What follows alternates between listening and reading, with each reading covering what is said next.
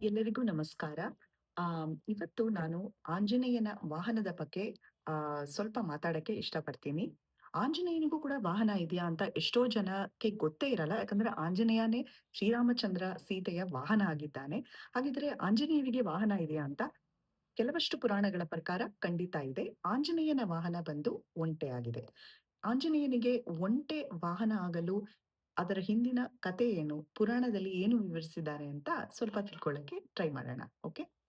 ನಮ್ಗೆಲ್ಲ ಗೊತ್ತಿರೋ ತರ ಪ್ರತಿಯೊಂದು ದೇವರಿಗೂ ಅವರವರ ವಾಹನ ಅನ್ನೋದು ಹೇಗೆ ಬಂತು ಅನ್ನೋದ್ರ ಬಗ್ಗೆ ಒಂದಷ್ಟು ಕಥೆಗಳಿದೆ. ಹೇಗಂದ್ರೆ ಈ ಗಣೇಶನಿಗೆ ಇಲಿ ಹೇಗೆ ವಾಹನ ಆಯ್ತು ಹಾಗೆ.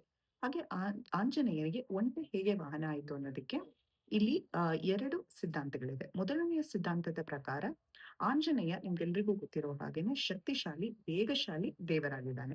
ಹೀಗೆ ಒಮ್ಮೆ ಅವನು ವೇಗವಾಗಿ ಹಾರ್ಕೊಂಡು ಹೋದಾಗ ಅವನ ಭಕ್ತಾದಿಗಳು ಅಲ್ಲಿ ಭೂಲೋಕದಲ್ಲಿ ನಿಂತವರು ಅಂದ್ರೆ ಇದು ಬಹಳ ಹಿಂದಿನ ಕತೆ. ಆ ಈ ಯುಗದ್ದಲ್ಲ, ಕಲಿಯುಗದ್ದಲ್ಲ, ಬಹಳ ಹಿಂದಿನ ಕತೆ. ಆಗ ದೇವಾನುದೇವತೆಗಳು ಜನಸಾಮಾನ್ಯರೊಂದಿಗೆ ಮಾತನಾಡುತ್ತಿದ್ದರು, ಕಾಣಿಸ್ಕೊತಿದ್ರು. ಅಂತಹ ಒಂದು ಸಮಯದ ಕತೆ ಇದು. ಆಗ ಆಂಜನೇಯ ಹೀಗೆ ಒಂದು ದಿನ ಹಾರ್ಕೊಂಡು ಹೋದಾಗ ಅವನ ಭಕ್ತಾದಿಗಳಲ್ಲಿ ತುಂಬಾ ಬೇಸರವಾಗುತ್ತದೆ. ಅವರು ಅವನಿಗೆ ಪ್ರಾರ್ಥನೆ ಮಾಡ್ಕೊತಾರೆ.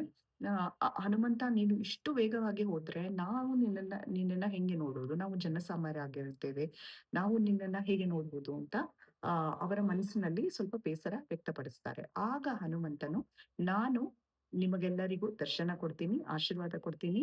ನನ್ನ ವೇಗವನ್ನು ತಗ್ಗಿಸಲು ನಾನು ಒಂಟೆಯ ಮೇಲೆ ಸವಾರನಾಗಿ ಬಂದು ನಿಮ್ಮೆಲ್ಲರಿಗೂ ದರ್ಶನ ಕೊಡ್ತೀನಿ ಅಂತ ಅಭಯ ಹಸ್ತವನ್ನು ನೀಡ್ತಾನಂತೆ.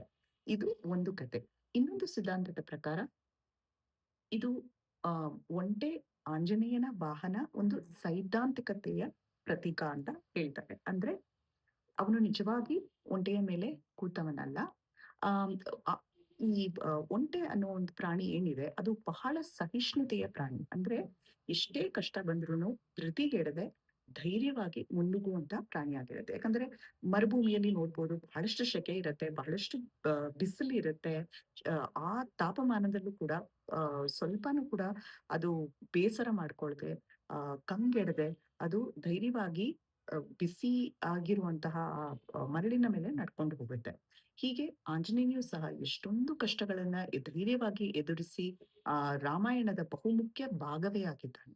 ಹಾಗಾಗಿ ಆಂಜನೇಯನಿಗೆ ಹೋಲಿಕೆ ಆಗುವುದು ಒಂಟೆಯಂತಹ ಒಂದು ಪ್ರಾಣಿ ಅಂದ್ಬಿಟ್ಟು ಇದು ಇನ್ನೊಂದು ಸಿದ್ಧಾಂತ.